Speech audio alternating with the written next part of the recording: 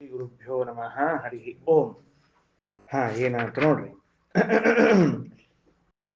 ಬೆಳಿಗ್ಗೆ ತತ್ವ ಸಂಹಿತಾವರೆಗೆ ಪಾಠ ಆಗಿತ್ತು.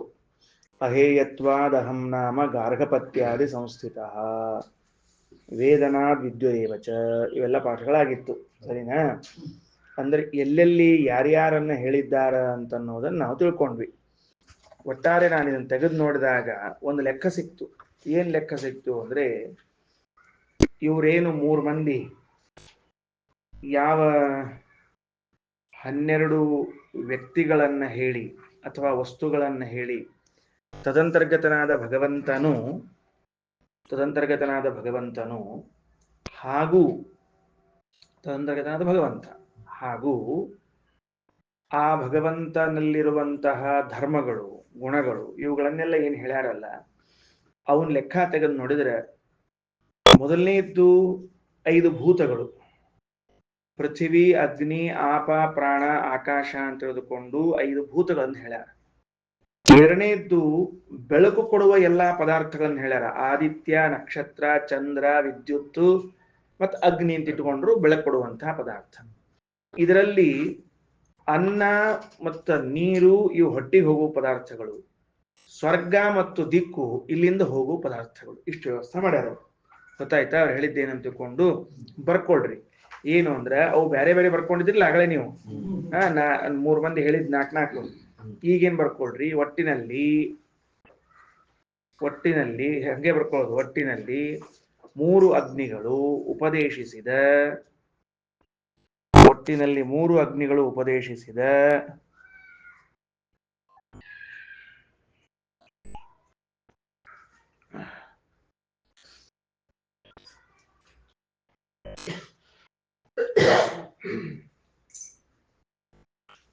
ಭಗವಂತನ ರೂಪಗಳು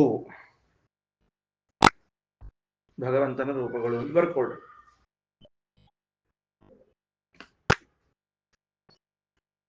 ಭಗವಂತನ ರೂಪಗಳು ಸರಿ ಆಯ್ತಾ?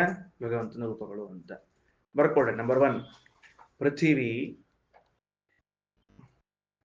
ಪೃಥಿವಿ, ಅಗ್ನಿ,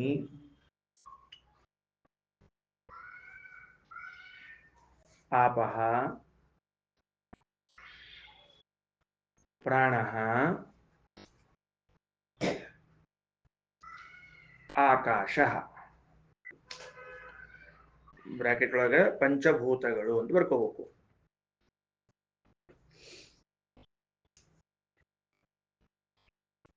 ನೆಕ್ಸ್ಟ್ ಕೆಳಗಿಂದು 2ನೇದು ರೌಂಡ್. ಆದಿತ್ಯ, ನಕ್ಷತ್ರಗಳು, ನಕ್ಷತ್ರ ನಡೀತದೆ, ಏನ್ಗಳು ಬೇಕಾಗಿಲ್ಲ. ಆದಿತ್ಯ, ನಕ್ಷತ್ರ, ಚಂದ್ರ, ವಿದ್ಯುತ್,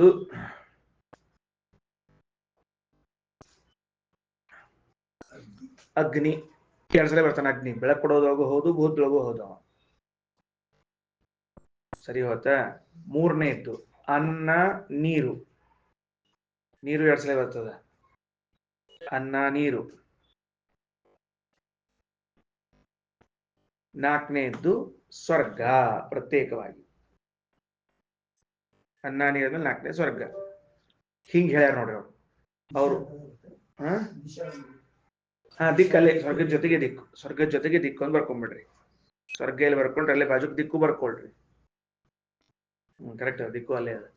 ಆಯ್ತಾ? ಹಿಂಗ ಅವ್ರು ಹೇಳಿದ 12 ರೂಪಗಳನ್ನ ನಾವು ವಿಭಾಗ ಮಾಡಿಕೊಂಡ್ರೆ ಒಂದು ವ್ಯವಸ್ಥೆ ಸಿಗ್ತದೆ ನಮಗೆ. ಏನು? ಪಂಚಭೂತಗಳು, ಪಂಚಪ್ರಕಾಶಕಗಳು, ಒಂದು ಹೊಟ್ಟೆಗಿರುವಂತಹದ್ದು, ಒಂದು ಹೊಟ್ಟೆ ಹಾಕಿದ ಮೇಲೆ ಹೋಗುವಂತಹ ಸ್ಥಳ, ಯಜ್ಞ ದಾನಾದಿಗಳನ್ನು ಮಾಡಿದ ಮೇಲೆ ಹೋಗುವಂತಹ ಸ್ಥಳ, ಸ್ವರ್ಗ ಮತ್ತು ದಿಕ್ಕುಗಳಲ್ಲಿ. ಇದನ್ನ ಹಿಂಗೂ ಮಾಡಬಹುದು.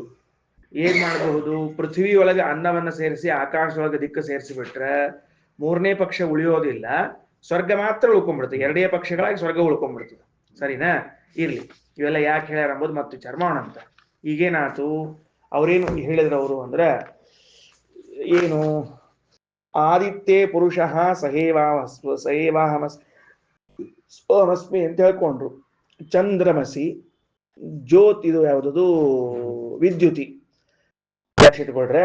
ಇವಾಗ ಇದು ಬರ್ಕೊಳ್ದಾತಿ ಹೊಸ ಪಾಠ ಶುರು ಆಗ್ಲಿಕತ್ತದ. ಇವತ್ತ ಏನ್ ಹೇಳಿಕತ್ತೀನಿ ಅಂತಂದ್ರೆ, ಆ ಮೂರು ಅಗ್ನಿಗಳು ಭಗವಂತನನ್ನ ಪರಿಚಯ ಮಾಡಿಸ್ತಾ, ಯಾರು ಸೂರ್ಯನಲ್ಲಿ ಇದ್ದಾನೆ ಅವನೇ ನನ್ನಲ್ಲಿ ಇದ್ದಾನ, ಯಾರು ಚಂದ್ರನಲ್ಲಿ ಇದ್ದಾನೆ ಅವನೇ ನನ್ನಲ್ಲಿ ಇದ್ದಾನ, ಯಾರು ವಿದ್ಯುತ್ನಲ್ಲಿ ಇದ್ದಾನ ಅವನ ನನ್ನಲ್ಲಿ ಇದ್ದಾನ ಅಂತ ಪರಿಚಯ ಮಾಡಿ ಸಿಗುತ್ತಾರೆ. ಹೌದೋ ಇಲ್ಲೋ? ತಮ್ಮಲ್ಲಿ ಅಂದ್ರೇನು, ನಮ್ಮಲ್ಲಿ ಅಂತ ಅರ್ಥ. ಮತ್ತ ಅವರು ತಮ್ಮದು ಅಂದ್ರೆ ನಮ್ಮದು ಇಟ್ಕೊಂಡು ಹೇಳ್ಯಾರಲ್ಲ. ಸರಿ ಆಯ್ತಾ? ಹಾಗಾದ್ರೆ ಇಲ್ಲಿ ಸ್ವಾರಸ್ಯ ಗಮನಿಸಿ. ಏನು ಅಂದ್ರೆ ಮೂರು ಬೆಳಕು ಕೊಡುವಂತಹ ಪದಾರ್ಥಗಳನ್ನು ಹೇಳ್ಯಾರ, ಬೇರೆಯವ್ರನ್ನ ಹೇಳಲಿಲ್ಲ. ಸೂರ್ಯ, ಚಂದ್ರ, ವಿದ್ಯುತ್ತು ಈ ಮೂರು ಮಂದಿಯೂ ಕೂಡ ಪ್ರಕಾಶವನ್ನು ನೀಡುವಂತಹ ವಸ್ತುಗಳು. ಎಲ್ಲೂ ತಪ್ಪಿ ಏನ್ ಹೇಳಿಲ್ಲ ಅಂದ್ರೆ ಪೃಥ್ವಿಯೊಳಗಿದ್ದವ ನನ್ನ ಅಂತರ್ಯಾಮಿ ಆಗ್ಯಾನ, ಅನದಾಗಿದ್ದವ ನನ್ನ ಅಂತರ್ಯಾಮಿ ಆಗ್ಯಾನ, ಆಮೇಲೆ ದಿಕ್ಕೊಳಗಿದ್ದವ ನನ್ನ ಅಂತರ್ಯಾಮಿ ಆಗ್ಯಾನ, ಹಿಂಗೆ ಹೇಳಲಿಲ್ಲ ಅವರು. ಕಲ್ಪನಾ ಅಂತ ಹೇಳಿದ್ದೆ ಅಂತ ಹೇಳಬಾರ್ದು ಅಂತಲ್ಲ, ಹೇಳಿಲ್ಲ ಅಷ್ಟೇ. ಅವ್ರು ಯಾಕೆ ಹೇಳಿಲ್ಲ ಗೊತ್ತಿಲ್ಲ ನಮ್ಗ. ಈಗ ಇವರೇನಿದ್ದಾರೆ ಏನು ಗೊತ್ತಾಯ್ತಲ್ಲ, ಇವರು ಮೂರು ಜನ ಯಾರು? ಸೂರ್ಯ, ಚಂದ್ರ, ನಕ್ಷತ್ರ, ವಿದ್ಯುತ್ತು. ಸೂರ್ಯ, ಚಂದ್ರ ಮತ್ತು ವಿದ್ಯುತ್ತು ಇವರು ಪ್ರಕಾಶ ಕೊಡುವಂತವರು. ಎಲ್ಲಿದ್ದಾರೆ ಅಂತ ಕೇಳಿದ್ರೆ ಹೃದಯದಲ್ಲಿ ಇದ್ದಾರ. ನಮ್ಮೊಳಗಿದ್ದಾರೆ ಅಂದ್ರೆ ಹೃದಯದಲ್ಲೇ ಇರ್ಬೇಕಲ್ಲ, ಬೇರೆ ಕಡೆಯಲ್ಲಿ ಇರ್ಲಿಕ್ಕೆ ಬರ್ತದೆ. ಹಂಗಾಗಿ ಇಲ್ಲೇ ಇದ್ದಾರ ಅಂತ ಅರ್ಥ. ವಿಚಾರ ಮಾಡ್ರಿ, ಸೂರ್ಯನ ಅಂತರ್ಯಾಮಿಯಾದ ಭಗವಂತ ಸೂರ್ಯನಿಂದ ಪ್ರಕಾಶ ಹೊರಡ್ತದೆ ಇಲ್ರಿ? ಸರಿ. ಚಂದ್ರನ ಅಂತರ್ಯಾಮಿಯಾದ ಪರಮಾತ್ಮ ಅಲ್ಲಿ ಪ್ರಕಾಶ ಹೊರಡ್ತದೋ ಇಲ್ಲೋ? ಆಮೇಲೆ ವಿದ್ಯುತ್ತಿನ ಅಂತರ್ಯಾಮಿಯಾದ ಪರಮಾತ್ಮ ಪ್ರಕಾಶ ಹೊರಡ್ತದೋ ಇಲ್ಲೋ?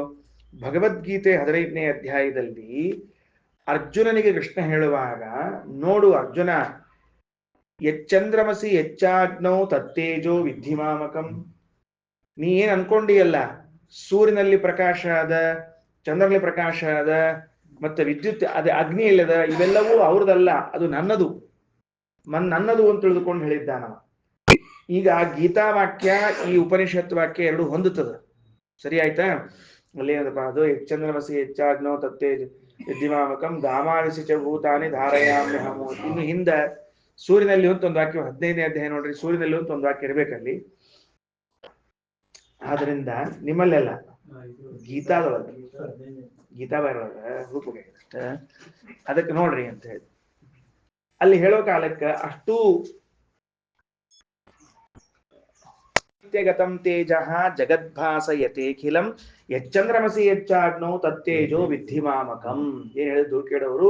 ಯದ ಆದಿತ್ಯಗತಂ ತೇಜ, ಸುರೇಂದ್ರ ಅವರು, ಸೂರ್ಯನಲ್ಲಿರುವಂತಹ ತೇಜಸ್ಸದಲ್ಲ, ಜಗದ್ಭಾಸಯತೇಖಿಲಂ, ಇಡೀ ಜಗತ್ತನ್ನ ಬೆಳಗುತ್ತದೆ.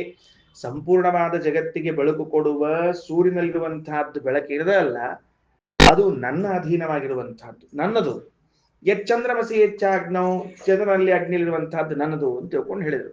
ಆಮೇಲೆ ಭಗವಂತನ ಅಧೀನವಾಗಿ ಅದ, ಅದು ಯಾವುದು? ಆ ಮೂರೂ ಬೆಳಕಿರುವಂತಹದ್ದು.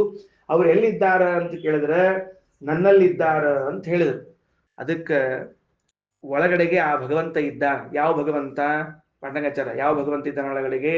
ಸೂರ್ಯಾಂತರ್ಯಾಮಿಯಾದ ಭಗವಂತ ಒಳಗಡೆಗೆ ಇದ್ದಾನೆ, ಚಂದ್ರಾಂತರ್ಯಾಮಿಯಾದ ಭಗವಂತ ಇಲ್ಲೊಳಗಡೆ ಇದ್ದಾನೆ. ಏನು? ನಕ್ಷತ್ರ ಇದು ವಿದ್ಯುತ್ತಿನ ಅಂತರ್ಯಾಮಿಯಾದ ಭಗವಂತ ಇಲ್ಲೊಳಗಡೆ ಇದ್ದಾನೆ. ಅಂದ್ರೆ ಇಲ್ಲಿರೋ ಭಗವಂತನಿಗೆ ಅಷ್ಟು ಪ್ರಕಾಶ ಕೊಡ್ಲಿಕ್ಕೆ ಅವಕಾಶ ಅದನೋ ಇಲ್ಲೋ ಅಂತ ಒಂದು ಪ್ರಶ್ನೆ ನಮ್ದೀಗ. ಎಷ್ಟು ಪ್ರಕಾಶ? ಆನಂದ ಅರ್ಥ ಆಗ್ತದ? ಅಣ್ಣಿಗಿರಿಯವರು ಏನು ಭಟ್ರೆ ಏನು? ಸೂರ್ಯನಲ್ಲಿ ಪ್ರಕಾಶ ಎಷ್ಟಿದೆ, ಆ ಪ್ರಕಾಶ ಕೊಡುವ ದೇವರು ನಮ್ಮೊಳಗಿದ್ದರಿಂದ ನನ್ನಲ್ಲಿದ್ದ ಭಗವಂತನಿಗೆ ಪ್ರಕಾಶ ಕೊಡ್ಲಿಕ್ಕೆ ಅವಕಾಶ ಅದನೋ ಇಲ್ಲೋ? ಅದನ್ನ ದೃಷ್ಟಾಂತ ಕೊಡ್ರಿ. ಆ ದ್ವಿತ್ರ ಅರ್ಥಿಗೆ ಕೊಡ್ರಿ ನಮ್ಮಲ್ಲಿ ಪ್ರಕಾಶ ಬರುದಿಲ್ಲ, ಹಂಗಾರೆ ನಿಮ್ಮ ಹೃದಯದಿಂದ ಪ್ರಕಾಶ ಬರ್ಬೇಕು ಈಗ. ಹೌದೋ ಇಲ್ಲೋ? ಹೃದಯದಿಂದ ಒಳಗಿದ್ದಾನೆ ಅನ್ಬೋದು ಕೇಳಿಗೆತ್ತೀನಿ. ಹೃದಯದಲ್ಲೇ ಇರ್ತಾನೆ ಸಾಮಾನ್ಯ ಅಂದ್ರೆ. ಅದಕ್ಕ ವಾದೀಂದ್ರ ತೀರ್ಥರು ಗುರುಗುಣ ಸ್ತವನದಲ್ಲಿ ಹೇಳುವಾಗ ಒಂದು ಮಾತಂತಾರ, ಯದ್ ಭಾನೋ ಯತ್ ಕೃಶಾನೋ ಯದಮೃತ ಕಿರಣಿ ಯದ್ಗೃಹೇಶು ದಿತೇಶು ಜ್ಯೋತಿರ್ಯತ್ತಾರಕಾಸು ಯದಮೃತ ಕರಣಿ ಸಂಭೂಯೈತತ್ ಸಮಸ್ತಂ ತದಮಿತ ಹೃದಯಾಕಾಶ ನಿರ್ಯತ್ ಪ್ರಕಾಶೇ. ರಾಯರೇ, ನಿಮ್ಮ ಹೃದಯದಿಂದ ಹೊರಬರುವಂತಹ ಪ್ರಕಾಶ ಎಷ್ಟದ ಅಂತ ಕೇಳಿದ್ರೆ, ಇವರೆಲ್ಲರಲ್ಲಿರುವಂತಹ ಪ್ರಕಾಶ ಅದಲ್ಲ, ಅದಷ್ಟು ಒಂದು ಕಡೆಗೆ ತೂಕ ಹಾಕಿದ್ರೆ ಎಷ್ಟಾಗ್ಬೇಕು ಅಂತಹದ್ದು ನಿಮ್ಮ ಹೃದಯದಿಂದ ಹೊರಬರುವ ಪ್ರಕಾಶದಲ್ಲಿ ಅದ ಅಂತ ವಾದೀಂದ್ರ ತೀರ್ಥರು ಸ್ತೋತ್ರ ಮಾಡ್ಯಾರ. ಒಂದೊಮ್ಮೆ ಸೂರ್ಯಮಂಡಲದ ಅಂತರ್ಗತನಾದವನು ಇಲ್ಲಿ ಇದ್ದಿದ್ದಿಲ್ಲ ಅಂತ ಆದ್ರೆ ಅಷ್ಟು ಪ್ರಕಾಶ ರಾಯರ ಹೃದಯದಿಂದ ಬರ್ಬೇಕು ಹೆಂಗಪ್ಪ ಅದು? ಅಂದ್ರೆ ಚಂದ್ರರಲ್ಲಿರುವಂತಹ, ವಿದ್ಯುತ್ತಿನಲ್ಲಿರುವಂತಹ, ನಕ್ಷತ್ರಗಳಲ್ಲಿರುವಂತಹ ಎಲ್ಲಾ ಭಗವಂತನೂ ಇಲ್ಲಿದ್ದರಿಂದ ಸಂಭೂಯೇತತ್ ಸಮಸ್ತಂ ತ್ವದಮಿತ ಹೃದಯಾಕಾಶ ನಿರ್ಯತ್ ಪ್ರಕಾಶೇ. ನಿಮ್ಮ ಹೃದಯಾಕಾಶದಿಂದ ಹೊರಬರುವ ಪ್ರಕಾಶದ ಮುಂದೆ ಸಣ್ಣದನಿಸ್ಬಿಡ್ತದ ಅಂತ ಹೇಳ್ಯಾರ. ಅರ್ಥ ಆ ಭಗವಂತ ಅಲ್ಲಿದ್ದವ ಏನಿದ್ದಾನೆ ಅವ ಎಲ್ಲಿದ್ದಾನೆ ನಮ್ಮ ಹೃದಯದಲ್ಲೇ ಇದ್ದಾನೆ. ಅವರು ಯೋಗ್ಯತಾ ಅದ ಯಾರಂಥವ್ರು ಹೊರಗೆ ತಂದುಕೊಂಡ್ರ ಆ ಪ್ರಕಾಶವನ್ನ. ಅದೇ ಈ ಹೃದಯಕ್ಕೆ ಲಘು ಅರ್ಥ ಆಗ್ತದೆ ಅಂತ ಹೇಳಿದೆ ಅಷ್ಟೇ. ರಾಯರ ಲಘು ತಿಳಿತಂತ ಆಚಾರ ಅಂತ ಸಂದೇಹನೇ ಇಲ್ಲ. ಆಚಾರ್ಯರು ಸ್ವಯಂ ಪ್ರಕಾಶಮಾನ ದೇಹ, ಅದಕ್ಕೆ ಅವ್ರದ್ದು ಒಂದೇ ಬರ್ತದೆ. ಬೆಳಕು ಬಂತು ಅಂದ್ಮೇಲೆ ಒಳಗಿದ್ದಾರೆ ಅಂತ ಆತಲ್ಲ, ಆ ಭಗವದ್ ರೂಪಗಳು ಎಲ್ಲಾರೊಳಗವ ಅಂತ ಆಯ್ತು. ಹಂಗಾರೆ ಈಗ ಉಳಿದದ್ದೇನು ಅಂದ್ರೆ ಅದನ್ನ ಹೊರಗೆ ತರ್ಸ್ಕೊಳ್ಳೋದಷ್ಟೇ ಬಾಕಿ ಅದ, ನಾವು ತರ್ಸ್ಕೋಬೇಕು ಅಂತ ತಾತ್ಪರ್ಯ. ಸರಿ, ರೈಟ್, ಬರ್ರಿ ಮುಂದೆ ಹೋಗೋಣಂತ. ಈಗ ಏನಾಯ್ತು ಅಂದ್ರೆ ಏನಂತಾರ ಅವರು, ಜೀವ ಐಕ್ಯ ಪಕ್ಷೇ ಪ್ರಾರಂಭ ಆಯ್ತು. ಇವಾಗ ಜೀವ ಐಕ್ಯ ಪಕ್ಷಿ ಅವ್ರೇ ಅಂತಾರ, ಈಗ ನೀನ್ ಹಿಂಗ್ಯಾಕೆ ಉಲ್ಟಾ ಸುಲ್ಟಾ ವ್ಯಾಖ್ಯಾನ ಮಾಡ್ಲಿಕ್ಕತ್ತೀರಿ ಅಂತ ಅವ್ರು ನಮ್ಮ ಪ್ರಶ್ನೆ ಮಾಡ್ಲಿಕ್ಕತ್ತಾರ. ಏನ್ ಪ್ರಶ್ನೆ ಅದು? ಸೂರ್ಯನ ಅಂತರ್ಯಾಮಿಯಾದವನು ನನ್ನ ಅಂತರ್ಯಾಮಿಯಾದವನು ಒಂದೇ ಅಂತ ತಿಳಿದುಕೊಂಡು ಈ ಅರ್ಥವನ್ನ ಯಾಕೆ ಹೇಳ್ತಿದ್ದೀರಿ? ನಮ್ಮೇಲೆ ಪ್ರಶ್ನೆ ಆಕ್ಷೇಪ ಮಾಡ್ಲಿಕ್ಕೆ. ನೀವೇನ್ ಮಾಡಿದ್ರಿ? ಯಯೇಷಃ ಚಂದ್ರಮಸಿ ಪುರುಷೋ ದೃಶ್ಯತೆ ಸೋಹಮಸ್ಮಿ ಸಯೇವಾಹಮಸ್ಮಿ. ಚಂದ್ರನಲ್ಲಿ ಇರುವ ಪರಮಾತ್ಮ ಏನಿದ್ದಾನೋ ಅವನೇ ನನ್ನಲ್ಲಿ ಇದ್ದಾನ ಅಂತ ಯಾಕೆ ಅರ್ಥ ಮಾಡಬೇಕು? ಚಂದ್ರನೇ ನಾನಾಗಿದ್ದೀನಿ, ನಾನೇ ಚಂದ್ರನಾಗಿದ್ದೀನಿ ಅನ್ನುವ ಅರ್ಥವನ್ನ ಯಾಕೆ ಹೇಳ್ಬಾರ್ದು? ಅಂದ್ರೆ ಅಗ್ನಿಗೂ ಚಂದ್ರನಿಗೂ, ಅಗ್ನಿಗೂ ಸೂರ್ಯನಿಗೂ, ಅಗ್ನಿಗೂ ಮತ್ತು ವಿದ್ಯುತ್ತಿಗೂ ಮಿಂಚಿಗೂ ಐಕ್ಯವನ್ನ ಯಾಕೆ ಹೇಳ್ಬಾರ್ದು ಅಂತ ಪ್ರಶ್ನೆ. ಆಚಾರ್ಯರಂತಾರೆ, ಆಯಿತು, ಒಂದು ವೇಳೆ ಜೀವೈಕ್ಯ ಪಕ್ಷವನ್ನ ಹೇಳುವುದಾದರೆ ಇಲ್ಲಿ ಎರಡು ವಿಚಾರ ತಗೊಂಡಾರ. ಒಂದು ಜೀವ ಜೀವ ಐಕ್ಯ, ಇನ್ನೊಂದು ಜೀವ ಬ್ರಹ್ಮ ಐಕ್ಯ. ಎರಡು ಐಕ್ಯ ಅದ, ಬರ್ಕೊಂಡಿಟ್ಕೊಡ್ರಿ, ಇದು ಸ್ವಲ್ಪ ಹೊಸ ಅಂಶದ. ಎರಡು ಐಕ್ಯವಾದವನ್ನ ನಿರಾಕರಿಸುತ್ತಾರೆ. ಎರಡು ಐಕ್ಯವಾದವನ್ನು ನಿರಾಕರಿಸುತ್ತಾರೆ. ಮೇಲ್ ನೋಡಿದರೆ ಜೀವ ಬ್ರಹ್ಮರ ಐಕ್ಯ ಅಂತ ಹೇಳಿ ಹೊರಟಂತ ಕಾಣಿಸ್ತದ. ಜೀವ ಜೀವ ಐಕ್ಯವನ್ನು ನಿರಾಕರಣೆ ಮಾಡಬೇಕಾಗಿದೆ ಶ್ರೀಮದಾಚಾರ್ಯರಿಗೆ. ಸರಿನಾ? ಎರಡು ಐಕ್ಯ ಪಕ್ಷಗಳನ್ನು ನಿರಾಕರಿಸುತ್ತಾರೆ. ಸರಿನಾ? ಒಂದು ಜೀವ ಜೀವ ಐಕ್ಯ, ಎರಡನೇದು ಜೀವ ಬ್ರಹ್ಮ ಐಕ್ಯ. ಜೀವ ಬ್ರಹ್ಮ ಐಕ್ಯವಾಗಲಿ ಜೀವ ಜೀವ ಐಕ್ಯವಾಗಲಿ ಈ ವಾಕ್ಯದ ಅರ್ಥ ಆಗುವುದಿಲ್ಲ ಅಂತ ಶ್ರೀಮದಾಚಾರ್ಯ ಪ್ರಾರಂಭ ಮಾಡಲಿಕ್ಕೆ. ಈಗ ಜೀವ ಐಕ್ಯ ಪಕ್ಷೇ ಅಂದ್ರೆ ಗಾರ್ಹಪತ್ಯ ಅನ್ವಾಹಾರ್ಯ ಪಚನ ಆಹವನೀಯ ಎಂಬ ಅಗ್ನಿ ಅವರು ಜೀವರೇ, ಅವರು ಜೀವರೇ. ಆದಿತ್ಯ ಚಂದ್ರ ವಿದ್ಯುತ್ತು ಅವರು ಜೀವರೇ. ವಿದ್ಯುತ್ ಜೀವ ಅಂತ ತಿಳಿಲಿಕ್ಕಿಲ್ಲ, ಆದಿತ್ಯ ಚಂದ್ರ ಅಂಬುದು ಜೀವ ಅಂತ ತಿಳಿದು ಬರ್ತದೆ. ಹಂಗ ವಿದ್ಯುತ್ತಿಗೆ ಅಭಿಮಾನಿ ಒಬ್ರು ಇದ್ದೇ ಇರ್ತಾರೆ, ಅವ್ರು ತಿಳ್ಕೊಳ್ರಿ. ಅದು ಏನಾಯಿತು ಅಂದ್ರೆ ಈ ವಾಕ್ಯದಿಂದ ಯಾರಾದರೂ ಹೀಗೆ ಅರ್ಥವನ್ನ ಬರೆದರೆ ಏನಂತ, ಅಗ್ನಿಗೂ ಅಗ್ನಿಗೂ ಸೂರ್ಯನಿಗೂ, ಅಗ್ನಿಗೂ ಚಂದ್ರನಿಗೂ, ಅಗ್ನಿಗೂ ವಿದ್ಯುತ್ತಿಗೂ ಐಕ್ಯವನ್ನ ಹೇಳಲಿಕ್ಕೆ ಹೊರಟಿದೆ ಈ ವಾಕ್ಯ ಅಂತ ಹೇಳಿದರೆ, ಹಂಗೆ ಹೇಳ್ಯಾರ ಸರ್. ಅದ ಹಂಗೆ ಹೇಳ್ಕೊಳಗಿತಾರಲ್ಲ ಅವರು, ಸೈವಾಹಮಸ್ಮೀನ್ ಸ್ಪಷ್ಟ ಹೇಳ್ಕೊಳಗಿತಾರ. ಅವನಲ್ಲಿ ಯಾರಿದ್ದಾರೋ ಅವನು ನಾನೇ ಆಗಿದ್ದೀನಿ ಅಂತ ಹೇಳ್ಕೊಳ್ಳೋ ಕಾಲಕ್ಕೆ ಐಕ್ಯವನ್ನೇ ಹೇಳಲಿಕ್ಕೆ ಹೊರಟದ ಅಂತ ತಿಳಿದು ಬರ್ತದ. ಸರಿನಾ? ಐಕ್ಯವನ್ನು ಹೇಳಲಿಕ್ಕೆ ಹೊರಟದ ಅಂತ. ಅದಕ್ಕೆ ಶ್ರೀಮದಾಚಾರ್ಯ ಅಂತಾರ, ಸರ್ವಾತ್ಮನ ಅಲ್ಲ, ಹೇಳಲಿಕ್ಕೆ ಬರೋದಿಲ್ಲ. ಯಾಕ ಅಂತಂದ್ರ ಐಕ್ಯ ಹೇಳಬೇಕಾಗಿದ್ದರೆ ಹೆಂಗಿರಬೇಕಾಗಿತ್ತು ನಿಮ್ಮ ಪ್ರಕಾರ? ಅಂದ್ರೆ ಆ ಜೀವನಿಗೂ ಈ ಜೀವನಿಗೂ ಐಕ್ಯ ಹೇಳಬೇಕಾಗಿದ್ರೆ ಅವನು ನಾನಾಗಿದ್ದೇನೆ ಅನ್ನಬೇಕಾಗಿತ್ತೆ ಹೊರತಾಗಿ ಅವನಲ್ಲಿರುವ ಪುರುಷ ನಾನಾಗಿದ್ದೇನೆ ಅಂತ ಯಾಕೆ ಹೇಳಿತ್ತು? ಅಲ್ಲಿ ಹೆಂಗದ, ಆದಿತ್ಯೇ ಪುರುಷ, ಆದಿತ್ಯನಲ್ಲಿ ಯಾವ ಪುರುಷನಿದ್ದಾನೋ ಆ ಪುರುಷ ನಾನಾಗಿದ್ದೇನೆ ಎಂದ. ಹಂಗಾರ ಜೀವ ಜೀವ ಐಕ್ಯನೂ ಅಲ್ಲ ಅಂತ ಆಯ್ತಲ್ಲ ಈಗ. ಯಾಕೆ ಜೀವ ಜೀವ ಐಕ್ಯ ಅಲ್ಲ ಅಂತ ಆಯ್ತು? ಒಂದು ವೇಳೆ ಅಗ್ನಿಗೂ ಸೂರ್ಯನಿಗೂ ಐಕ್ಯ ಆಗಿದ್ರೆ ಆದಿತ್ಯ ಅಹಮಸ್ಮಿ ಅನ್ಬೇಕಾಗಿತ್ತು.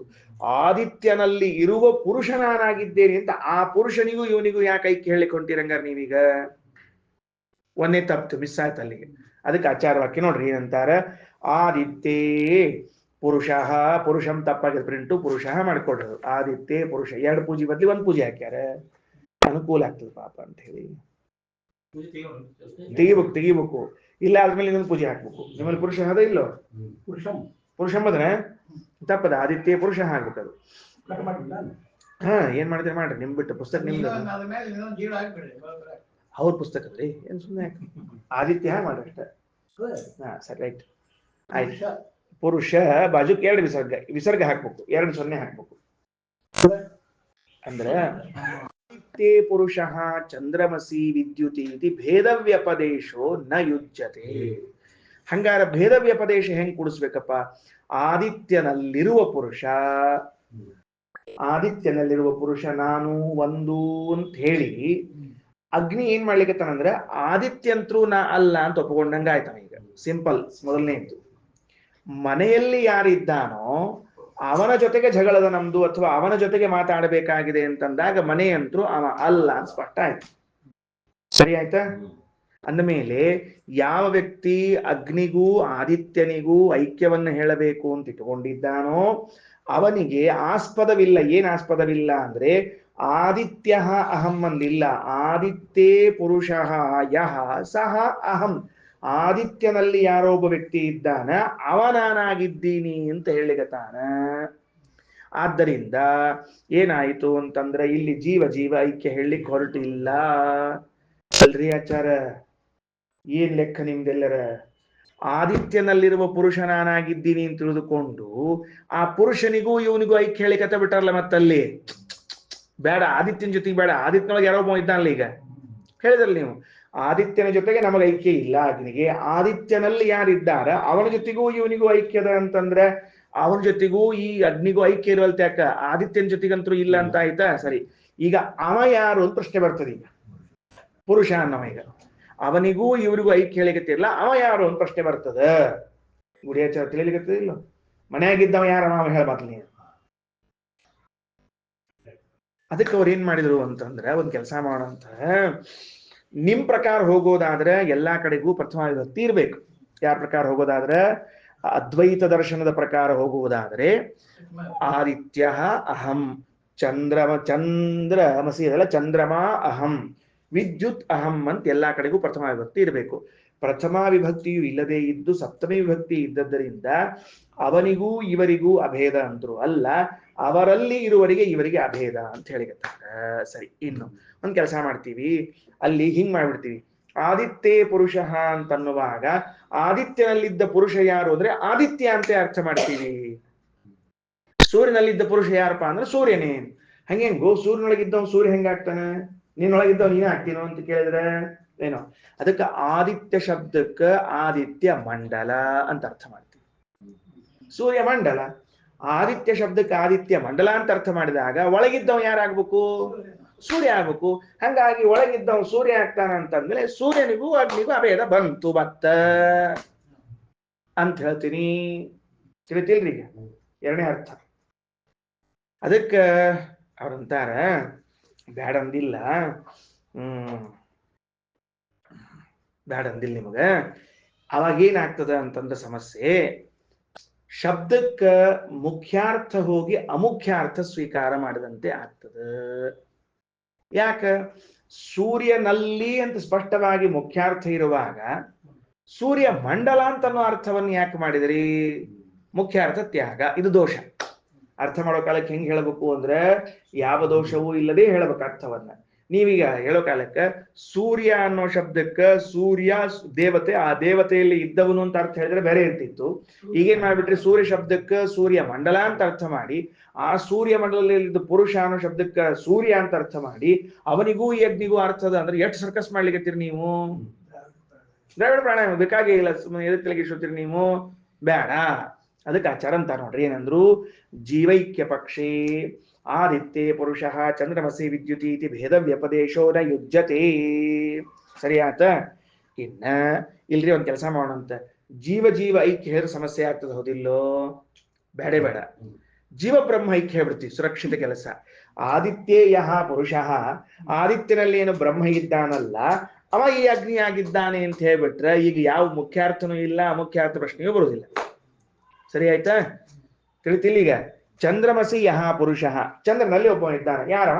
ಬ್ರಹ್ಮ. ನಿಮ್ ಪ್ರಕಾರ ನೀವೇ ಹೇಳಿರ್ಲು ಬ್ರಹ್ಮ ಅಂತ ಹೇಳಿ, ಪರಮಾತ್ಮ ಅಂತ ಹೇಳಿ. ಪರಮಾತ್ಮ ಅವ ಯಾರಾಗಿದ್ದಾನಂದ್ರೆ ಅಗ್ನಿ ಹೇಳ್ತಾನ, ಸಹೇವಾಹಮಸ್ಮಿ, ನಾನೇ ಇದ್ದೀನಿ ಅಂತ ಹೇಳ್ಬಿಡ್ತೀನಿ, ಮುಗಿದು ಹೋತು ಅಂತಂದ್ರೆ ಅದಕ್ಕಂತಾರ ಪೃಥಿವೀ ಅಗ್ನಿ ಅನ್ನಮಾದಿತ್ಯ ಆದಿತ್ಯೇ ಪುರುಷ ಇತ್ಯಾದಿನ ಆದಿತ್ಯ ಶಬ್ದವಾಚ್ಯೌ ಪ್ರಥಮಾರ್ಥ ಸಪ್ತಮ್ಯರ್ಥೌ ದ್ವೌ ಪ್ರತೀಯೇತೆ. ಏನು ಅಂತಂದ್ರೆ ಬಹಳ ಮಹತ್ವದ, ಹಂಗೆ ಹೇಳಿಕ್ ಬರುವುದಿಲ್ಲ ಅಂತ ಅಲ್ಲಿಗತ್ತಾರ. ಈಗ ಹೆಂಗೆ ಹೇಳಿಕ್ ಬರುವುದಿಲ್ಲ?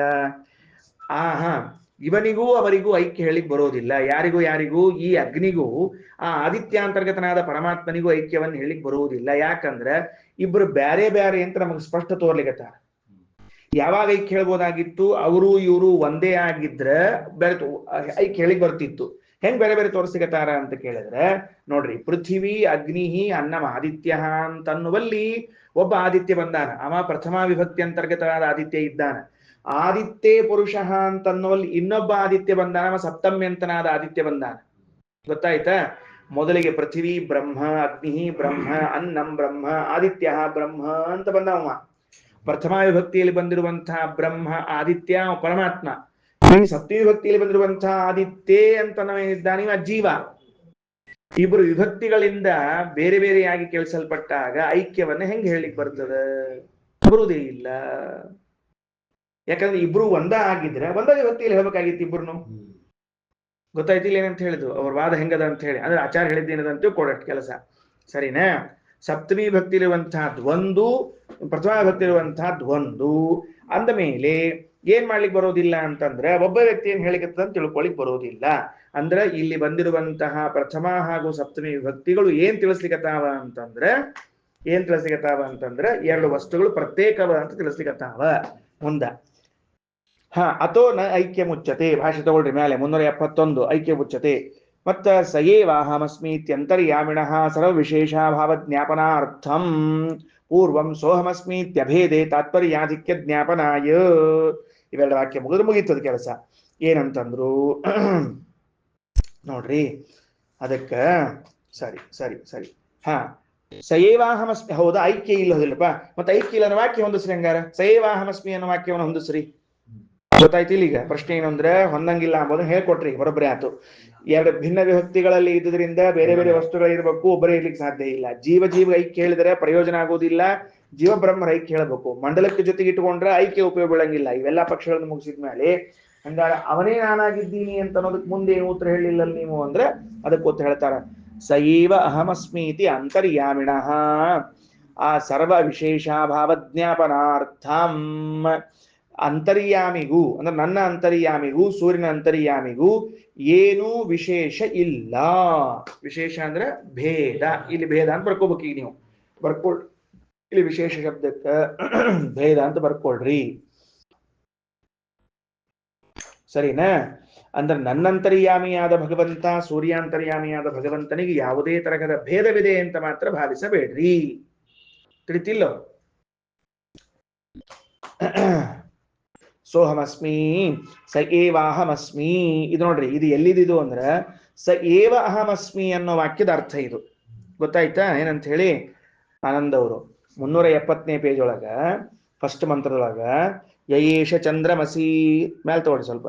ಯಯೇಶ ಚಂದ್ರಮಸಿ ಅದ ಇಲ್ಲ, ಅಲ್ಲೇ ಬೆರಳಿಟ್ರಿ ನೋಡ್ರಿ. ಅಲ್ಲಿ ಪುರುಷೋ ದೃಶ್ಯತೆ ಸೋಹಮಸ್ಮಿ ಅಂತ ಒಂದು ವಾಕ್ಯ, ಸ ಏವಾಹಮಸ್ಮಿ ಅಂತ ಎರಡನೇ ವಾಕ್ಯ. ಅದಕ್ಕೆ ಈ ಎರಡು ವಾಕ್ಯಗಳಿಗೆ ವ್ಯವಸ್ಥೆ ಮಾಡಿರ್ತಾರ. ಸೋಹಮಸ್ಮಿ ಮತ್ತು ಸಯೇವಾಹಮಸ್ಮಿ ಎರಡು ಸರ್ತಿ ಯಾಕ ಅಂತ ಪ್ರಶ್ನೆ. ಹೌದಾ ಸುರೇಂದ್ರಾಚಾರ? ಪಣ್ಣಗಾಚಾರ ಸಿಕ್ಕದಿಲ್ಲೋ? ಎರಡು ವಾಕ್ಯ ಏನದ? ಒಂದು ಸಹ ಅಹಮಸ್ಮಿ, ಸ ಏವ ಅಹಮಸ್ಮಿ. ಎರಡು ವಾಕ್ಯ ನೋಡ್ರಿ, ಬಾಯಲ್ಲಿ ಹೇಳ್ರಿ. ಸಹ ಅಹಮಸ್ಮಿ, ಸ ಏವ ಅಹಮಸ್ಮಿ. ಅವನು ನಾನಾಗಿದ್ದೇನೆ, ಅವನೇ ನಾನಾಗಿದ್ದೇನೆ. ಎರಡು ವಾಕ್ಯ. ಯಾಕೆ ಎರಡು ವಾಕ್ಯ ಅಂತ ಶ್ರೀಮದಾಚಾರ್ಯ ವಿವರಣೆ ಕೊಡ್ಲಿಕ್ಕೆ ಬರ್ಕೊಡ್ರಿ ಅದು ಅರ್ಥ ಆಗ್ತದೆ. ಅವನು ನಾನಾಗಿದ್ದೇನೆ ಒಂದೇ ವಾಕ್ಯ, ಅವನೇ ನಾನಾಗಿದ್ದೇನೆ.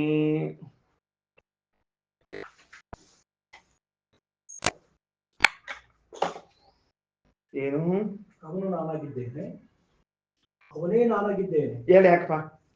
ಎರಡು ಯಾಕೆ? ಐಕ್ ಇದ್ದಿದ್ದಿಲ್ಲ ಅಂದ್ರೆ ಎರಡು ಯಾಕೆ ಬಂತು ಅಂತ ಪ್ರಶ್ನೆ. ಗೊತ್ತಾಯ್ತಿಲ್ಲ? ಅವ್ರದಂತರೂ ಹೇಳಿ ಬರುವುದಿಲ್ಲ ಅಂಬೋದು ತಿಳಿಸಿಕೊಟ್ಟಿವಿ. ಇದು ಯಾಕ ಅಂತ ಪ್ರಶ್ನೆ. ಅದಕ್ಕೆ ಶ್ರೀಮದಾಚಾರ್ಯ ಅಂತಾರ ಸ ಏವಾಹಮಸ್ಮಿ ಇತ್ಯಂತರ್ಯಾಮಿಣಃ ಸರ್ವ ವಿಶೇಷ ಭಾವಜ್ಞಾಪನಾರ್ಥಂ. ಸೂರ್ಯನಲ್ಲಿ ಯಾರಿದ್ದಾನೋ ಅವನೇ ನಾನಾಗಿದ್ದೇನೆ ಅಂದ್ರೆ ಅವನ್ ಸೂರ್ಯನಲ್ಲಿ ಇದ್ದವನಿಗೂ ನನ್ನಲ್ಲಿ ಇದ್ದವನಿಗೂ ಏನೂ ಭೇದ ಇಲ್ಲ. ಅವನೇ ನಾನು. ಗೊತ್ತಾಯ್ತಿಲ್ಲ? ಅವನೇ ನಾನು. ಅದರಿಂದ ಏನಾಯ್ತು? ಏನೂ ಭೇದ ಇಲ್ಲ, ಕಿಂಚಿತ್ತೂ ಭೇದ ಇಲ್ಲ ಎಂಬುವಂತಹ ಅಂಶವನ್ನು ತಿಳಿಸಿಕೊಟ್ರು. ಗುಡಿಯವ್ರು ಗೊತ್ತಾಗ್ಲಿ, ಯಾರೋ ಅಲ್ಲಿ ಭೇಟಿಯಾಗಿರಂತ ಮತ್ತೊಮ್ಮೆ ಭೇಟಿ ಆದ್ರು. ಅವನೇ ನೀನು? ಹೌದ್ರಿ, ಅವನ ರೀ ನಾನು, ಅವನೇ ನಾನು ಅಂತ ಹೇಳಿದ. ಅಲ್ಲಿ ಭೇಟಿ ಆದವನು ಇಲ್ಲಿ ಭೇಟಿ ಆದವನು ನಾನೇ ಒಬ್ಬನೇ, ಬೇರೆ ಏನೂ ಇಲ್ಲ ಅಂದಂಗ ಏನು ತಿಳಿಗತ್ತಿಲ್. ಮತ್ತೆ ಅವನೇ ನಾನಾಗಿದ್ದೇನೆ ಅಂತ ಹೇಳೋದ್ರಿಂದ ಏನೂ ವ್ಯತ್ಯಾಸವಿಲ್ಲ. ಯಾರಿಗೆ? ಸೂರ್ಯನಲ್ಲಿರುವಂತಹ ಭಗವಂತನಿಗೂ ನನ್ನಲ್ಲಿರುವ ಭಗವಂತನಿಗೂ ಕಿಂಚಿತ್ತೂ ವ್ಯತ್ಯಾಸ ಇಲ್ಲ. ಇದು ಮೊದಲನೇದು. ಹಂಗಾರ ಮತ್ತೆ ಮೊದಲನೇ ವಾಕ್ಯ ಯಾಕೆ ಮತ್ತೆ ಹಂಗಾರ ಅವನು ನಾನಾಗಿದ್ದೀನಿ ಅಂತ ಯಾಕೆ ಬೇಕಾಯ್ತಪ್ಪ? ಇದಿಷ್ಟಕ್ಕಾಗಿತ್ತು. ಮೊದಲನೇ ವಾಕ್ಯ ಯಾಕ? ಪೂರ್ವಂ ಸೋಹಮಸ್ಮೀತಿ ಅಭೇದೇ ತಾತ್ಪರ್ಯಾಧಿಕ್ಯ ಜ್ಞಾಪನಾಯ. ಆಚಾರ ಅಂತಾರ, ಮೊದಲಿಗೆ ಸೋಹಮಸ್ಮಿ ಅವನು ನಾನಾಗಿದ್ದೇನೆ ಅಂತೇನು ಹೇಳಲ್ಲ, ಅಭೇದದಲ್ಲಿ ತಾತ್ಪರ್ಯದ ಆಧಿಕ್ಯ ಅದ ಅಂತ ತಿಳಿಸ್ಲಿಕ್ಕೆ ಹೊರಟು. ಅಂದ್ರೆ ಆ ಭಗವದ್ ರೂಪಕ್ಕೂ ಈ ಭಗವದ್ ರೂಪಕ್ಕೂ ಅಭೇದವನ್ನ ಹೇಳುವುದರಲ್ಲಿ ನಮ್ಮ ಅಭಿಪ್ರಾಯವದ. ಅಗ್ನಿಗೇನ್ ಹೇಳ್ಬೇಕಾಗಿದೆ? ಚಂದ್ರಾಂತರ್ಗತನಾದವನು, ನಕ್ಷತ್ರ ವಿದ್ಯುತ್ತಿನ ಅಂತರ್ಗತನಾದವನೇನಿದ್ದಾನಲ್ಲ ಅವನು ನನ್ನಂತರ್ಗತನಾದವನು ಒಬ್ಬರೇ ಇದ್ದಾರ ಅಂತ ಅನ್ನೋದಕ್ಕೆ ಮೊದಲನೇ ವಾಕ್ಯ. ಎರಡನೇದ್ದು ಏನೂ ವ್ಯತ್ಯಾಸ ಇಲ್ಲ ಅಂತ ಹೇಳಿ ಎರಡನೇ ವಾಕ್ಯ. ಗೊತ್ತಾಯ್ತು ಇಲ್ಲಿಗೆ ಅಂತ ಹೇಳಿದ್ದು. ಮೊದಲನೇ ವಾಕ್ಯದಿಂದ ಚಂದ್ರನಲ್ಲಿದ್ದ ಭಗವಂತ ನನ್ನಲ್ಲಿದ್ದ ಭಗವಂತ ಇಬ್ರು ಒಂದೇ. ಒಂದೇ ಅಂದ್ರೆ ಏನು ಅಂತ ಕೇಳಿದ್ರೆ, ಒಂದೇ ಅಂದ್ರೆ ಒಂದೇ, ಒಂದೇ ಅಂದ್ರೆ ಒಂದೇ ಭಾರತ, ಒಂದೇ ಮಾತ್ರ, ಹಿಂಗ್ ಒಂದೇ ಅಲ್ಲ. ಎರಡನೇ ವಾಕ್ಯ ಏನು ಅಂದ್ರೆ, ಅಲ್ಲಿದ್ದ ಇಲ್ಲಿದ್ದವನಿಗೆ ಒಂದು ಚೂರು ವ್ಯತ್ಯಾಸ ಇಲ್ಲ, ಅಷ್ಟು ಒಂದೇ ಅಂತ ಹೇಳ್ಬೇಕಾಗಿದೆ. ಅದಕ್ಕೆ ಹೊರಟದ ಅಂತ ಅರ್ಥ. ಸರಿ, ಇನ್ನು ಮುಂದಿನ ವಾಕ್ಯ ನೋಡ್ರಿ. ಅಹಂ ಅಸ್ಮ್ಯಾದಿಕಾ ಶಬ್ದಾ ಅಂತರ್ಯಾಮಿಣಿ ಮುಖ್ಯತಃ. ಅಹಂ ಅಸ್ಮಿ ಇತ್ಯಾದಿ ಶಬ್ದಗಳೆಲ್ಲ ಏನಾಗ್ಯಾವ? ಅಂತರ್ಯಾಮಿಯಲ್ಲಿ ಮುಖ್ಯವಾಗ್ಯಾವ. ತತ್ ಸಂಬಂಧಾತ್ ಅವನ ಸಂಬಂಧದಿಂದ ಜೀವಗಾಶ್ಚ ಜೀವನಲ್ಲೂ ಬರ್ತಾವ. ಇದಕ್ಕ ಸಮಾಕರ್ಷಾಧಿಕರಣ ಅಂತ ಕರೀತಾರ. ಅಂದ್ರೆ ಸೂತ್ರದಲ್ಲಿ ಬಂದದೊಂದು. ವೇದೇಶ್ ತೀರ್ಥರು ಸಮಾಕರ್ಷಾಧಿಕರಣ ನ್ಯಾಯ ಅಂತ ಕರೆದಿದ್ದಾರೆ. ಸಮಾಕರ್ಷಾಧಿಕರಣ ನ್ಯಾಯ ಅಂದ್ರೆ ಅವರಿಗಿದ್ದ ಶಬ್ದವನ್ನ ಎಳೆದು ತಂದು ವ್ಯವಹಾರಕ್ಕಾಗಿ ಇವರಿಗೆ ಹೇಳೋದು. ಗೊತ್ತಾತಿಲ್ಲ ಏನು? ಹೆಂಗ ದೃಷ್ಟಾಂತ ಹೇಳಿ. ಒಂದು ಹಂಚು ಸುಡ್ತದ, ಕೈ ಮೇಲೆ ಒಲಿ ಮೇಲೆ ಇಟ್ಟದ್ದು ಹಂಚು ಸುಡ್ತದ. ಹಂಚು ಸುಟ್ಟಿತು ಅಂತ ಪ್ರಯೋಗ ಮಾಡ್ತೀವಿ ನೀವು. ಹಂಚು ಸುಡಬೇಕು, ಸುಡೋದು ಸುಡುವಿಕೆ ಅಂತ ಅನ್ನೋ ಕ್ರಿಯಾ ಅಗ್ನಿಯಲ್ಲಿ ಇದ್ದದ್ದು. ಆದ್ರೆ ತತ್ ಸಂಬಂಧಾತ್ ಅಗ್ನಿಯ ಸಂಬಂಧ ಹಂಚಿಗೆ ಇದ್ದದ್ರಿಂದಾಗಿ ಹಂಚು ಕೂಡ ಏನಾಯ್ತು? ಸುಟ್ಟಿತು ಅಂತ ವ್ಯವಹಾರ ಮಾಡ್ತೀರಿ. ಇದು ಸಮಾಕರ್ಷಣ ನ್ಯಾಯ ಅಂತ ಕರಿಬೇಕಷ್ಟೇ. ತಿಳಿಲಿ ಅಂತ ಕ್ರಿಯಾ ಹೇಳೀನಿ. ಆಕರ್ಷಣೆ ಮಾಡಿ, ಅದರ ಕರ್ಷಣೆ ಮಾಡಿಕೊಂಡು ಇಲ್ಲಿ ಬಂದದ್ದು ಅಂತ. ಸರಿ ನೋಡ್ರಿ. ತತ್ ಸಂಬಂಧ ಜೀವಗಾಶ್ಚ ತಸ್ಮಾತ್ ವೇದಗತ ಹರೌ ಅಸ್ಮತ್ ಶಬ್ದೋದಿತ ಅಂತಸ್ಥಃ. ಅಹಮಸ್ಮಿ ಅಂತನ್ನುವಲ್ಲಿ ಏನು ಅಸ್ಮತ್ ಶಬ್ದ ಇದೆಯೋ ಅದು ನನ್ನ ಒಳಗಿರುವ ಪರಮಾತ್ಮನನ್ನ ಹೇಳ್ತದೆ. ಅದು ಅಸ್ಮತ್ ಶಬ್ದ ರೀ. ಅಹಂ ಆವಾಂ ವಯಂ ಪ್ರಥಮ ಅಂತ ಅನ್ನುವ ಶಬ್ದ ಅಸ್ಮತ್ ಶಬ್ದ. ಅದು ತ್ವಂ ಯುವಾಂ ಯೂಯಂ ಅನ್ನುವಂತಹದ್ದು ಯುಷ್ಮತ್ ಶಬ್ದ. ಗೊತ್ತಾಯ್ತಾ? ಬರ್ಕೊಳ್ರಿ. ಅಹಂ ಅನ್ನುವುದು ಅಸ್ಮತ್ ಶಬ್ದ, ತ್ವಂ ಅನ್ನೋದು ಯುಷ್ಮತ್ ಶಬ್ದ ಅಂತ ಗೊತ್ತಿರ್ಲಿ. ಹೇಳಿದ್ನಲ್ಲ, ಸಹ ಅಹಮಸ್ಮಿ ಅಂತ. ಅಲ್ಲಿ ಅಹಂ ಅನ್ನೋದು ಅಸ್ಮತ್ ಶಬ್ದ.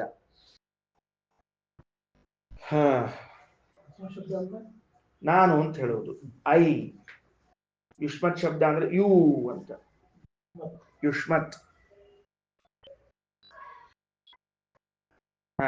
ಅಸ್ಮತ್ ಶಬ್ದವೆಲ್ಲವೂ ಕೂಡ ಅಂತಸ್ಥಃ ನಮ್ಮ ದೇಹದ ಒಳಗಿರುವಂತಹ ಪರಮಾತ್ಮನನ್ನ ಹೇಳ್ತದ. ಇನ್ನ ಆತ್ಮ ಶಬ್ದದಿಂದ ಮುಂದೊಂದು ಮಾತು ಹೇಳೋರಿದ್ದಾರೆ. ಜನಾರ್ದನ ವ್ಯಾಪ್ತನಾದ ಭಗವಂತನನ್ನು ತಿಳಿಸ್ತದ. ಅಗ್ನಯ ಅಗ್ನಿಗಳು ದ್ವಿವಿಧಂ ವಿಷ್ಣುಂ ಅವೋಚನ್ ಉಪಕೋಸಲೆ ಎರಡು ತರಹದ ಭಗವಂತನನ್ನು ಉಪದೇಶ ಮಾಡಿದ್ದಾರೆ ಅಂತ. ಅದು ಉಪಕೋಸಲೇ, ಉಪಕೋಸಲೇಹೆ, ಉಪಕೋಸಲನಿಗೆ. ತಪ್ಪದ ವಿಸರ್ಗ ಬೇಕಾಗಿಲ್ಲ, ವಿಸರ್ಗ ತೆಗಿರೋದ್ರೊಳಗಿಂದ ಉಪಕೋಸಲೆ ಸಾಕಷ್ಟ. ಓಕೆ ರೈಟ್, ಉಪಕೋಸಲೆ ಹೇಳಿದ್ದಾರೆ ಅಂತ ಆಯ್ತು. ಇಷ್ಟು ಮುಗಿತ್ ನೋಡ್ರಿ. ಇದಾದ ಮೇಲೆ ಒಂದು ವಾಕ್ಯವನ್ನು ಬಿಡಿಸ್ತಾರೆ ಶ್ರೀಮದಾಚಾರ್ಯರು. ಏನಂತಾರ ಅಂತಂದ್ರೆ,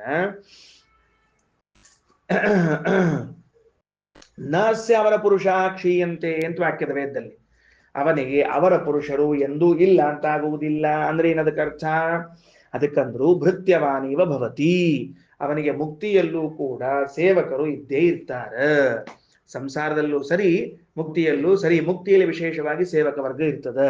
ಲೋಕಿ ಭವತಿ ಅಂದ್ರೆ ಭಗವಲ್ಲೋಕಿ ಭವತಿ ಅಂತ ಅರ್ಥ. ಲೋಕಿಯನ್ನು ಭಗವಂತನ ಲೋಕವನ್ನು ಹೊಂದುತ್ತಾನೆ. ಸರಿ, ಮುಗೀತು, ಈ ಚಾಪ್ಟರ್ ಮುಗೀತು. ಅವರು ಉಪನ್ಯಾಸವನ್ನು ಮುಗಿಸ್ಬಿಟ್ರಿ. ಅವರು ಯಾರು ಉಪನ್ಯಾಸ ಮುಗಿಸ್ಬಿಟ್ರು? ಆ ಅಗ್ನಿಗಳು ಇಷ್ಟೆಲ್ಲ ಹೇಳಿದ್ರು, ಶ್ರೀಮದಾಚಾರ್ಯದ ವಿವರಣೆಯನ್ನೆಲ್ಲ ಮಾಡಿ ಮುಗಿಸ್ಬಿಟ್ರು. ತೇಹ ಊಚುಹು. ಒಂದು ಹೋಗೋಣ. ತೇಹ ಊಚುಹು ಅವ್ರು ಹೇಳಿದರು. ಏನಂತ ಹೇಳಿದ್ರು? ಈಗ ಒಟ್ಟಿಗೆ ಕೂಡಿ ಉಪದೇಶ ಮಾಡಿದ್ರು, ಪ್ರತ್ಯೇಕನ ಉಪದೇಶ ಮಾಡಿದ್ರು. ತೇ ಹೋಚುಹು, ಹೇ ಸೌಮ್ಯ, ಎಲೆ ಸೌಮ್ಯನಾದ ಉಪಕೋಸಲನೆ, ಏನಾಯಿತು? ತೇ ನಿನಗೆ ಏಷಾ ಉಪಕೋಸಲ ಏಷಾ ಸೌಮ್ಯ ತೇ ಅಸ್ಮದ್ವಿದ್ಯಾ ಆತ್ಮವಿದ್ಯಾ ಚ. ನಾವು ನಿನಗೆ ಅಸ್ಮದ್ವಿದ್ಯಾ ಆತ್ಮವಿದ್ಯಾವನ್ನು ಕೂಡ ಹೇಳಿದ್ದೇವೆ. ಸರಿ ಹೊತ್ತಿಲ್ಲೀಗ ವಾಕ್ಯ ತಿಳಿತಾ? ನೋಡ್ಕೊಡ್ರಿ, ಒಂದ್ಸರಿ ಹಂಚ್ಕೊಳ್ರಿ. ತೇ ಆ ಅಗ್ನಿಗಳು, ಹ ಪ್ರಸಿದ್ಧಿ, ಊಚುಹು, ಊಚುಹು ಅಂದ್ರೆ ಹೇಳಿದರು. ಏನಂತ? ಹೇ ಉಪಕೋಸಲ, ಹೇ ಉಪಕೋಸಲನೆ, ಏಷ ಇದು, ಹೇ ಸೌಮ್ಯ, ಮತ್ ಸೌಮ್ಯ ಎಂಬುದು ಅವನ ಸಂಬೋಧನ. ಹೇ ಸೌಮ್ಯ, ಹೇ ಉಪಕೋಸಲ ಅಂತನ್ನೋ ಶಬ್ದಗಳನ್ನು ಒಂದೇ ಕಡೆ ಇಟ್ಕೋಬೇಕು. ಎಲೆ ಉಪಕೋಸಲನೆ, ಎಲೆ ಸೌಮ್ಯನೇ, ತೇ ನಿನಗೆ, ನಿನಗೆ ಅಸ್ಮದ್ವಿದ್ಯಾ. ಅಸ್ಮದ್ವಿದ್ಯಾ ಅಂದ್ರೆ ಏನು? ನಮ್ಮ ವಿದ್ಯಾ ಅಂತ ಅರ್ಥ ಅಲ್ಲ ಅದಕ್ಕೆ. ಅಸ್ಮತ್ ಶಬ್ದವಾಚ್ಯನಾದವನು ಯಾರು? ಪರಮಾತ್ಮ. ಅಂತರ್ಯಾಮಿ ಅಂತ ಅರ್ಥ. ಅಂತರ್ಯಾಮಿಯಾದ ಪರಮಾತ್ಮನನ್ನ ಹೇಳಿದ್ದೇವೆ. ಆಯ್ತಾ? ಆತ್ಮವಿದ್ಯಾ, ಆತ್ಮವಿದ್ಯಾ ಅಂದ್ರೆ ಏನು? ವ್ಯಾಪ್ತನಾದ ಭಗವಂತನ ವಿದ್ಯಾ ಅಂತ ಅರ್ಥ. ಮೇಲಿನ ಸಾಲ ಬಂದ ನೋಡ್ರಿ, ಆತ್ಮ ವ್ಯಾಪ್ತೋ ಜನಾರ್ದನ ಅಂತ ಬಂದದ. ಹಾಗಾದ್ರೆ ಅಗ್ನಿಗಳು ಉಪಕೋಸಲನಿಗೆ ಅಂತರ್ಯಾಮಿಯಾದ ಭಗವಂತನ ವಿದ್ಯೆಯನ್ನು, ವ್ಯಾಪ್ತನಾದ ಭಗವಂತನ ವಿದ್ಯೆಯನ್ನು ಹೇಳಿದೆವು ಅಂತಂದ್ರು. ಗೊತ್ತಾಯ್ತಾ? ಎಲ್ಲಿ ಪ್ರಶ್ನೆ? ಅಲ್ರಿ ಮತ್ತೆ ಎಲ್ಲಿ ಹೇಳ್ಯಾರ ಅವರು ವ್ಯಾಪ್ತವಾದ ವಿದ್ಯೆಯನ್ನು? ಎಲ್ಲಿ ಹೇಳ್ಯಾರ? ನಮ್ಗೆ ಗೊತ್ತೇ ಇಲ್ಲಲ್ಲ ಅಂದ್ರೆ ಹಿಂದ ಫಸ್ಟ್ ಸ್ಟಾರ್ಟ್ ಆಗುತ್ತೆ ವ್ಯಾಪ್ತ ವಿದ್ಯೆ. ಅದು ಖಂ ಬ್ರಹ್ಮ, ಖಂ ಬ್ರಹ್ಮ, ಆಕಾಶೋ ಬ್ರಹ್ಮ ಅಂತೇನು ಹೇಳ್ಯಾರಲ್ಲ, ಅದು ವ್ಯಾಪ್ತವಾದ ವಿದ್ಯಾ. ಈಗ ಅಂತರ್ಯಾಮಿ ವಿದ್ಯಾ, ಅಂತರ್ಯಾಮಿ ವಿದ್ಯಾ ಆತ್ಮವಿದ್ಯಾವನ್ನು ಎರಡನ್ನೂ ಹೇಳಿಕೊಟ್ಟು ಮುಂದಿನಂತಾರ ಆಚಾರ್ಯಸ್ತು ತೇ ಗತಿಂ ವಕ್ತಾ. ಮುಂದಿನ ಮತ್ ಸ್ವಾರಸ್ಯ ನೋಡಪ್ಪ. ಇದನ್ನ ಹೇಳಿವಿ ಅಂತ ತಿಳ್ಕೊಂಡು ಎಲ್ಲರ ಉಪಾಸನಾ ಮಾಡಿಗಿಡಿ. ಏಷಾದ್ನೇವ, ಇದನ್ನ ನೀ ಬರೀ ತಿಳಿಬೇಕಷ್ಟ. ಇದನ್ನು ಉಪಾಸನಾ ಮಾಡ್ಲಿಕ್ಕೆ ಹೋಗ್ಬೇಡ. ಮತ್ತ ಗೊತ್ತಾಯ್ತಾ? ಇದನ್ನ ಉಪಾಸನಾ ಮಾಡ್ಲಿಕ್ಕೆ ಹೋಗ್ಬೇಡ. ಮತ್ತ ಆಚಾರ್ಯಸ್ತು ತೇ ಗತಿಂ ವಕ್ತಾ, ನಿನ್ನ ಗುರುಗಳು ನಿನಗೆ ಉಪಾಸನೆಯ ಮಾರ್ಗವನ್ನು, ಗಮ್ಯವನ್ನು ಹೇಳುತ್ತಾರೆ. ಅಂದ್ರ ನಿಯತ ಗುರುಗಳು ಬಂದು ನಿನಗೆ ನಿನ್ನ ಬಿಂಬ ಯಾವುದು, ಹೆಂಗ್ ಉಪಾಸನೆ ಮಾಡಬೇಕು ಅಂತ ಹೇಳ್ತಾರ. ಗೊತ್ತಾಯ್ತಾ? ಈಗ ನೋಡಿ, ಪಾಠ ಹೇಳಿದವ್ರು ಬೇಕಾದಿರಬಹುದು, ಆದ್ರೆ ಬಿಂಬರೂಪದ ಉಪಾಸನ ಮಾಡಿಕೊಂಡು ಮೋಕ್ಷ ಹೊಂದ್ಬೇಕಾರ ಅದನ್ನ ಹೇಳೋವರೇ ಬರಬೇಕು. ನಿಯತ ಗುರುಗಳು ಅಂದ್ರೆ ಅವರ, ಅಂದ್ರೆ ಅವರು ಇವ್ರನ್ನ ದಾರಿ ಕಾಣಿಸ್ತಾರ, ಬರೋಬ್ಬರಿ ಮೋಕ್ಷಕ್ಕೆ ಕಳಿಸ್ತಾರ ಅಂತ ಅರ್ಥ ಅದಕ್ಕೆ. ಸರಿ ಆಯ್ತಾ? ಈಗ ನೋಡ್ರಿ, ಆಚಾರ್ಯಸ್ತು ಏನ್ ಶಬ್ದದ? ಆಚಾರ್ಯಸ್ತು ತೇ ಗತಿಂ ವಕ್ತಾ. ಆಚಾರ್ಯರು ನಿನಗೆ ಗತಿಯನ್ನು ಹೇಳ್ತಾರ. ಗತಿ ಅಂತ ಶಬ್ದಕ್ಕೆ ಅರ್ಥ ಏನು? ಉಪಾಸನೀಯವಾದ ಮಾರ್ಗ ಮತ್ತು ಹೊಂದಲ್ಪಡಬೇಕಾದ ಭಗವದ್ ರೂಪ ಎರಡನ್ನು ಹೇಳ್ತಾರ ಅಂತ ಅರ್ಥ. ಗತಿ ಶಬ್ದಕ್ಕೆ ಅಂಡರ್ಲೈನ್ ಮಾಡ್ಕೊಂಡು ಬರ್ಕೊಳ್ರಿ. ಏನಂತ? ಮಾರ್ಗ ಹಾಗೂ ಗಮ್ಯವನ್ನು ಹೇಳುತ್ತಾರೆ.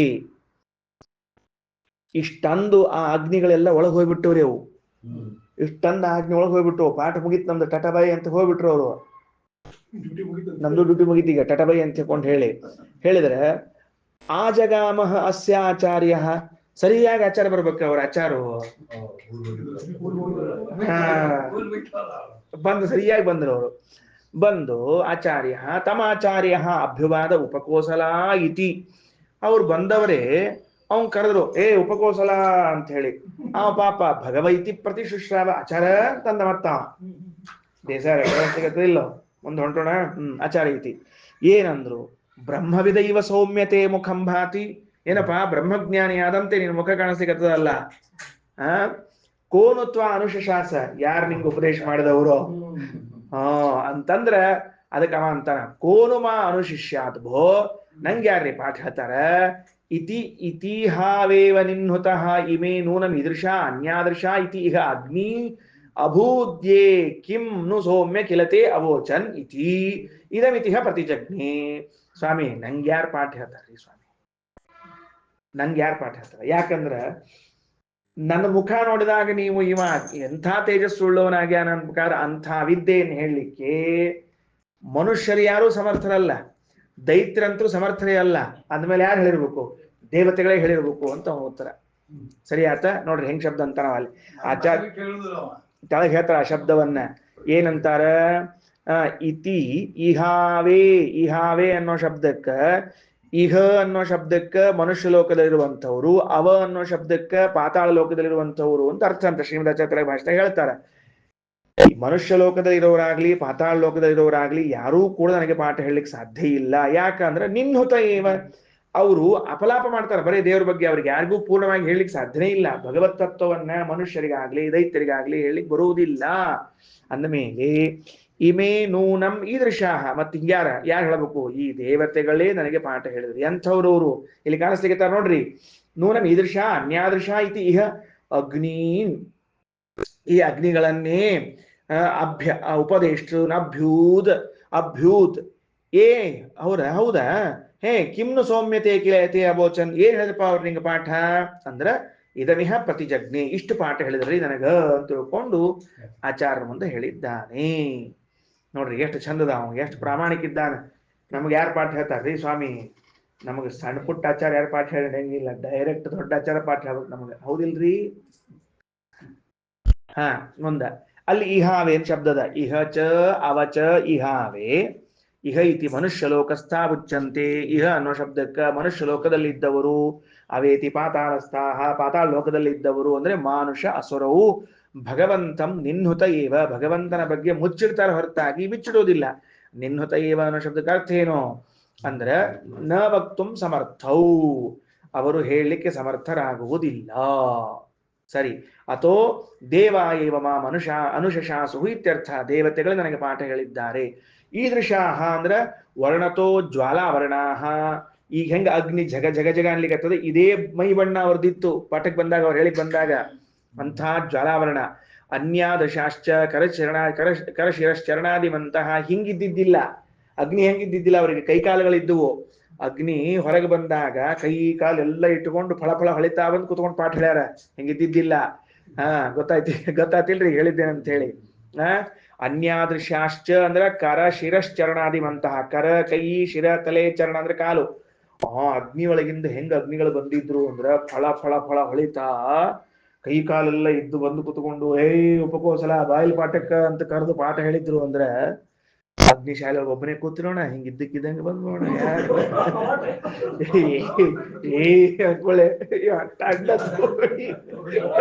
ಅಲ್ಲೋ ನಿಂಗೆ ಪಾಠ ಹೇಳಿಕ್ ಬಂದ್ರಿ, ನೀ ಬೇಡ ನಿನ್ ಪಾಠ ಬೇಡ, ಸುರಕ್ಷಿತ ಮನೆಯಾಗಿ ಇಟ್ಕೊತಿರ್ತೀನಿ ನಾನು ಅಂತ ಹೇಳಿ. ನೋಡ್ರಿ, ಚಂದ್ರಾದಿ ಸರ್ವನಾಮ ಮತ್ವಾತ್ ಯೋ ದೇವಾನಾಂ ನಾಮಧ ಏಕ ಏವ ಇತಿ ಶ್ರುತೇಃ ವಿಷ್ಣೋರೇವ ಸರ್ವನಾಮಾನಿ. ಏನಾತೀಗ ಕೊನೆಯದು, ಯೋ ದೇವಾನಾಂ ನಾಮಧ ಏಕ ಏವ ಅಂದ್ರ ಅಲ್ಲಿ ಭೂತಗಳ ನಾಮಗಳ ನಂತರ ಹೇಳ್ಬಿಟ್ಟಿವಿ. ಏನಂತ? ಪೃಥಿವಿ, ಅಗ್ನಿ, ಆಪ, ಪ್ರಾಣ, ಆಕಾಶ ಮುಗ್ದದ. ಇದೇನು ಆದಿತ್ಯ, ಚಂದ್ರ, ವಿದ್ಯುತ್ ಅಂತದಲ್ಲೇ ದೇವತಾ ನಾಮ. ಈ ದೇವತಾ ನಾಮಗಳು ಕೂಡ ಯಾರಿಗವ? ಭಗವಂತನಿಗೆ ಅವ. ಅದಕ್ಕೆ ವಿಷ್ಣು ಎಲ್ಲವನ್ನ ಹೇಳಿಕೊಡ್ತು ಅಂತ ತಿಳಿಸಿದ್ದಾರೆ. ಮುಂದಿಂದ ಮತ್ತೆ ನಾಳೆ ನೋಡೋಣ. ಶ್ರೀಕೃಷ್ಣ ಅರ್ಪಣಮಸ್ತು.